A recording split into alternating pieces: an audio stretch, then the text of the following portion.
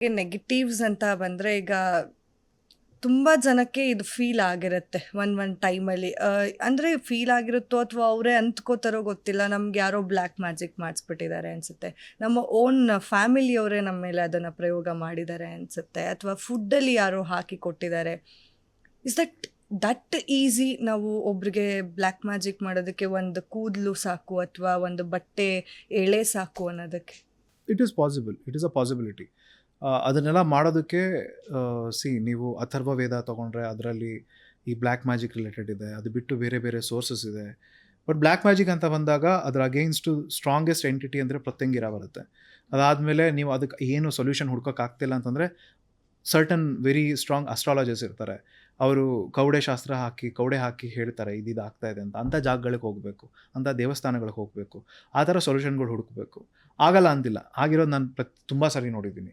ತುಂಬ ಕೆಟ್ಟವರು ಶಾಪ ಹಾಕಿ ಅದು ಕೆಟ್ಟದಾಗ ಅಂದ್ಕೊಂಡು ಬ್ಲ್ಯಾಕ್ ಮ್ಯಾಜಿಕ್ ಮಾಡಿ ಅವ್ರು ಕೆಟ್ಟದಾಗಲಿ ಅಂತ ಅಂದ್ಕೊಂಡು ಕೆಟ್ಟದಾಗಿರೋದು ನಾನು ನೋಡಿದ್ದೀನಿ. ಬಟ್ ನಾನು ಹೇಳಿದ್ನಲ್ಲ, ನೀವೊಬ್ರಿಗೆ ಕೆಟ್ಟದ್ದು ಮಾಡಬೇಕು ಅಂತ ಬಯಸಿದ್ರೆ ಅದಕ್ಕಿಂತ ಹೆಚ್ಚು ಕೆಟ್ಟದ್ದು ನಿಮಗಾಗುತ್ತೆ. You have to pay. ನನ್ನನ್ನು ನಾನು ಡೆಸ್ಟ್ರಾಯ್ ಮಾಡ್ಕೊಂಡು ಇನ್ನೊಬ್ರು ಕೆಟ್ಟದ್ದು ಮಾಡ್ತೀನಿ ಅಂತಂದರೆ I don't know what mind set you exist. But ಆಗಲ್ಲ ಅಂತಲ್ಲ, ಇಟ್ ಇಸ್ ಪಾಸಿಬಲ್, ಅದೆಲ್ಲ ಮಾಡ್ಬೋದು. ಮಾಡೋರು ಇದ್ದಾರೆ, ಮಾಡಿರೋದು ನಾನು ನೋಡಿದ್ದೆ.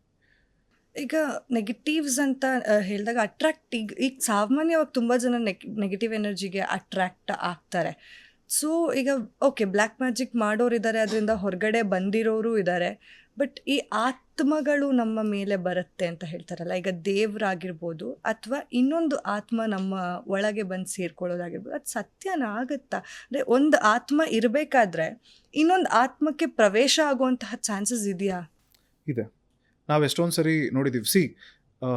ಈ ನಾವು ದೇವ್ರ ಫೋಟೋಗಳನ್ನೆಲ್ಲ ನೋಡ್ಬೇಕಾದ್ರೆ ಕೃಷ್ಣ ಬ್ಲೂ ಆಗಿ ಕಾಣಿಸ್ತಾನೆ, ರೈಟ್? ಸೊ ಕೃಷ್ಣ ಬ್ಲೂ ಆಗಿ ಕಾಣಿಸ್ತಾ ಇದ್ದಾನೆ ಅಂತಂದರೆ ಕೃಷ್ಣ ಬ್ಲೂ ಇದ್ದಾನೆ ಅಂತಲ್ಲ. ಎಷ್ಟೊಂದು ಜನ ತಪ್ಪು ಮಾಡ್ಕೊಂಡಿರೋದು ಅದನ್ನೇ, ತಪ್ಪು ತಿಳ್ಕೊಂಡಿರೋದು. The blue that you seeing Krishna and Rama, ಅದೆಲ್ಲ ಆರಾ ಅಂತ ಕರಿತೀವಿ. ನಮ್ಮ ದೇಹ ಎಲ್ಲಿಂದ ಶುರು ಆಗುತ್ತೆ? ನಮ್ಮದು ಸ್ಥೂಲ ಶರೀರ, ಸೂಕ್ಷ್ಮ ಶರೀರ, ಅವೆಲ್ಲ ಏನಿದೆ ಅದ್ರ ಹೊರಗಡೆ 7 ಅಡಿ ಏನು ಬರುತ್ತೆ, ಆಲ್ಮೋಸ್ಟ್ 7 ಫೀಟ್ವರೆಗೂ ಆ ಆರಾ ಸ್ಟ್ರಾಂಗ್ ಇದ್ದಷ್ಟು ಕಲರ್ ಚೇಂಜ್ ಆಗ್ತಾ ಹೋಗುತ್ತೆ. Blue is a strongest aura. ಅಲ್ಲಿ ಏನೂ ಮಾಡೋಕ್ಕಾಗೋದಿಲ್ಲ. ಅದನ್ನು ಹೇಗೆ ಗಟ್ಟಿ ಮಾಡ್ಕೊಳ್ತಾ ಹೋಗೋದು? ಮೆಡಿಟೇಷನ್ನು, ಸ್ಪಿರಿಚುವಲ್ ಪ್ರಾಕ್ಟೀಸಸ್ಸು, ಅದ್ರ ಮೂಲಕ ಅದನ್ನು ಸ್ಥಿರವಾಗಿ ಗಟ್ಟಿಯಾಗಿ ಇಟ್ಕೋಬೋದು. ಅದು ಡಿಪ್ಲೀಟ್ ಆಗ್ತಾ ಇದ್ದಾಗ ಯು ಬಿಕಮ್ ವೀಕರ್. ಸೊ ನೀವು ಹೋಸ್ಟ್ ಆಗ್ಬೋದು ಬೇರೆ ಎಂಟಿಟೀಸ್ಗೆ. ಆ ಟೈಮಲ್ಲಿ ಈಗ ಏನಾಗುತ್ತೆ, ಈಗ ನಾವು ಬ್ಲ್ಯಾಕ್ ಮ್ಯಾಜಿಕ್ ಬಗ್ಗೆನೇ ಮಾತಾಡ್ತಾ ಇದ್ವಿ. ಎಷ್ಟೊಂದು ಸರಿ ಏನಾಗುತ್ತೆ, ದೇರ್ ಆರ್ ಸರ್ಟನ್ ಪ್ರಾಕ್ಟೀಸಸ್ ಸ್ಮಶಾನದಲ್ಲಿ ಮಾಡೋವಂಥದ್ದು. ತುಂಬ ಎಂಟಿಟೀಸ್ನ ಕರೀತಾರೆ, ಸೃಷ್ಟಿ ಮಾಡ್ತಾರೆ, ಹಾಗಾಗೆ ಬಿಟ್ಬಿಡ್ತಾರೆ. ನೀವು ಹಾಗಾಗೆ ಬಿಟ್ಟಾಗ, ಈಗ ಫಾರ್ ಎಕ್ಸಾಂಪಲ್ ನಾನು ಕಾಶಿಗೆ ಹೋಗಿದ್ದೆ. ಕಾಶಿಗೆ ರೀಸೆಂಟಾಗಿ ಹೋಗಿದ್ದಾಗ ಅಲ್ಲಿ ಮಣಿಕರ್ಣಿಕಾ ಘಾಟ್ ಇದೆ. ಮಣಿಕರ್ಣಿಕಾ ಘಾಟಲ್ಲಿ ಯಾವಾಗಲೂ ಹೆಣಗಳನ್ನ ಸುಡ್ತಾ ಇರ್ತಾರೆ. ಎವ್ರಿ 5 ನಿಮಿಷಕ್ಕೊಂದ್ಸರಿ ಬರ್ತಾನೆ ಇರುತ್ತೆ. ಸೊ ಹಿಂಗಿಡ್ತಾರೆ, ರಾಶಿ ಸೌದೆಗಳಿರುತ್ತೆ, ತಂದಿಡ್ತಾರೆ. ಕಾಲು ಹೊರಗಡೆ ಇರುತ್ತೆ, ಕೈ ಹೊರಗಡೆ ಇರುತ್ತೆ, ಕೆಲವು ಸರಿ ತಲೆ ಉರುಳು ಕೆಳಗಡೆ ಬೀಳುತ್ತೆ, ವಾಪಸ್ ಹಾಕ್ತಾ ಇರ್ತಾರೆ. ಅದ್ರ ಪಕ್ಕನೇ ಅಘೋರ ಕಾಳಿ ದೇವಸ್ಥಾನ ಇದೆ. ನೀವು ಒಳಗಡೆ ಹೋದರೆ ಒಳಗಡೆ ಅಘೋರ ಕಾಳಿ ಇದ್ದಾಳೆ, ಪಕ್ಕದಲ್ಲೇ ನಿಜವಾದ ತಲೆಬುರುಡೆ ಇದೆ. ಆ್ಯಂಡ್ ಅಲ್ಲಿ ಯುಲ್ ಫೀಲ್ ವೆರಿ ಡಿಫರೆಂಟ್. ನಾವು ಅಲ್ಲಿ ಒಳಗಡೆ ಹೋಗಿ ಹೊರಗಡೆ ಬಂದ ಮೇಲೆ ನಮಗೆ ಹುಷಾರು ತಪ್ಪೋಯ್ತು ಇಮಿಡಿಯೇಟ್ಲಿ. ನೆಕ್ಸ್ಟ್ ದಿವಸ ಅಲ್ಲಿ ಕೇಳಿದಾಗ ಅಲ್ಲಿಯವರೇ ಅದ್ರೊಳಗಡೆ ಹೋಗಲ್ಲ ಅಂತ ಹೇಳಿದ್ರು. ಯಾಕಂದರೆ the entities are like that.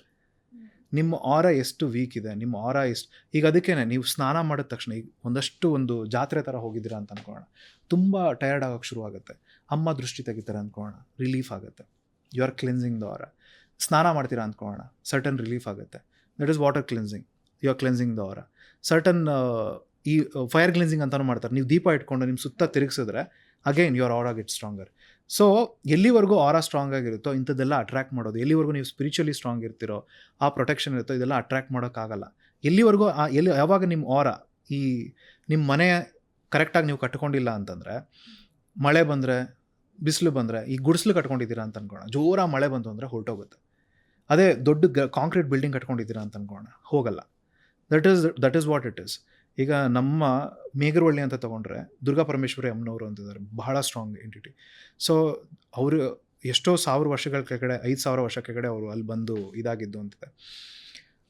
Durga Parameshwari ಅಮ್ಮನವ್ರನ್ನ ಅಲ್ಲಿಂದ ಇಲ್ಲಿಗೂ ಪಲ್ಲಕ್ಕಿಲಿ ಕರ್ಸ್ಕೊಳ್ಳೋರು ಇದ್ದಾರೆ, ಬೆಂಗಳೂರಿಗೆ, ಬೇರೆ ರಾಜ್ಯಗಳಿಗೆಲ್ಲ ಕಳ್ಸ್ಕೊಳ್ಳೋರಿದ್ದಾರೆ. ಆಕೆ ಬಂದರೆ ಆಕೆ ಎಷ್ಟು ದಿನ ಇರ್ತೀನಿ ಅಂತ ನಿರ್ಧಾರ ಮಾಡ್ತಾಳೋ ಆಕೆ ಅಷ್ಟೇ ದಿನ ಇರ್ತಾಳೆ. ಆಕೆ ನಿರ್ಧಾರ ಮಾಡಲಿಲ್ಲ ಅಂತಂದರೆ ಎದ್ದೇಳೋಕ್ಕೆ ನೀವು ಮೂವ್ ಮಾಡೋಕ್ಕೂ ಆಗೋದಿಲ್ಲ, ಪಲ್ಲಕ್ಕಿನೇ ಇತ್ತು. ಸೊ ಆಕೆ ದೇವಸ್ಥಾನಕ್ಕೆ ಬಂದು ಒದ್ದಾಡಿರೋರನ್ನ ನೋಡಿದ್ದೀನಿ. ಆತ್ಮಗಳು ಎಂಟ್ರಾಗಿ ಕಿರ್ಚಾಡಿರೋನ ನಾನು ನೋಡಿದ್ದೀನಿ. ಯಾಕಂದರೆ ಒಂದು ಎಂಟಿಟಿ ವೀಕ್ ಆಗಿದೆ ಅಂತಂದರೆ ಆ ಜಾಗದಲ್ಲಿ ಅದ್ರ ಪಕ್ಕನೇ ಇನ್ನೊಂದು ಸ್ಟ್ರಾಂಗ್ ಎಂಟಿಟಿ ಬಂದು ಕೂತ್ಕೊಳ್ಳೋಕೆ ಚಾನ್ಸ್ ಇರುತ್ತೆ. ಈಗ ಹಾಸಿಗೆ ಇದ್ದಷ್ಟೇ ಕಾಲು ಚಾಚಬೇಕು ಅಂತಾರೆ. ಹಾಸಿಗೆ ದೊಡ್ಡದು ಮಾಡ್ಕೊಳ್ಳಿ ಅಂತ ನಾನು ಹೇಳ್ತೀನಿ. ಬಟ್ ನೀವು ಹಾಸಿಗೆ ದೊಡ್ಡದು ಮಾಡಿಕೊಂಡು ಕಾಲು ದೊಡ್ಡದು ಮಾಡ್ಕೊಳ್ಳಿಲ್ಲ ಅಂತಂದರೆ ಆ ಖಾಲಿ ಸ್ಪೇಸಲ್ಲಿ ಯಾರು ಬಂದು ಕೂತ್ಕೊತಾರೆ, ನಿಮ್ಮ ಬಗ್ಗೆ ಮಾತಾಡೋಕ್ಕೆ ಶುರು ಮಾಡ್ತಾರೆ. That is what it is.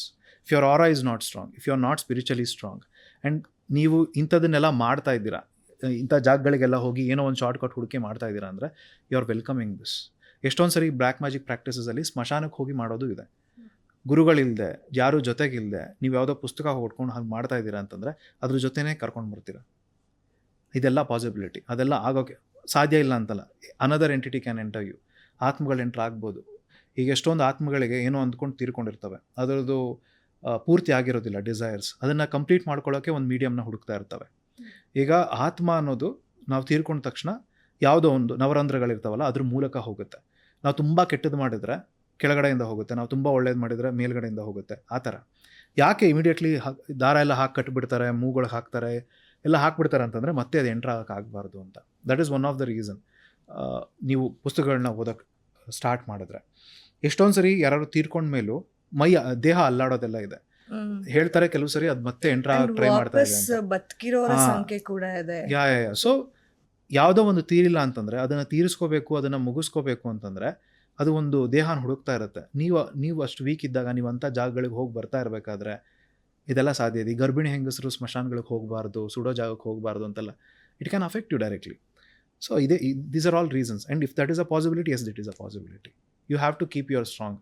ಅದು ಹೇಗೆ ಮೆಡಿಟೇಷನು, ಸ್ಪಿರಿಚುವಲ್ ಪ್ರಾಕ್ಟೀಸಸ್ಸು, ಮತ್ತು ಆದಷ್ಟು ದೇವಸ್ಥಾನಗಳಿಗೆ ಹೋಗಿ ಬರ್ತಾ ಇರೋದು, ಅಂಥವೆಲ್ಲ ಮಾಡೋದ್ರಿಂದ.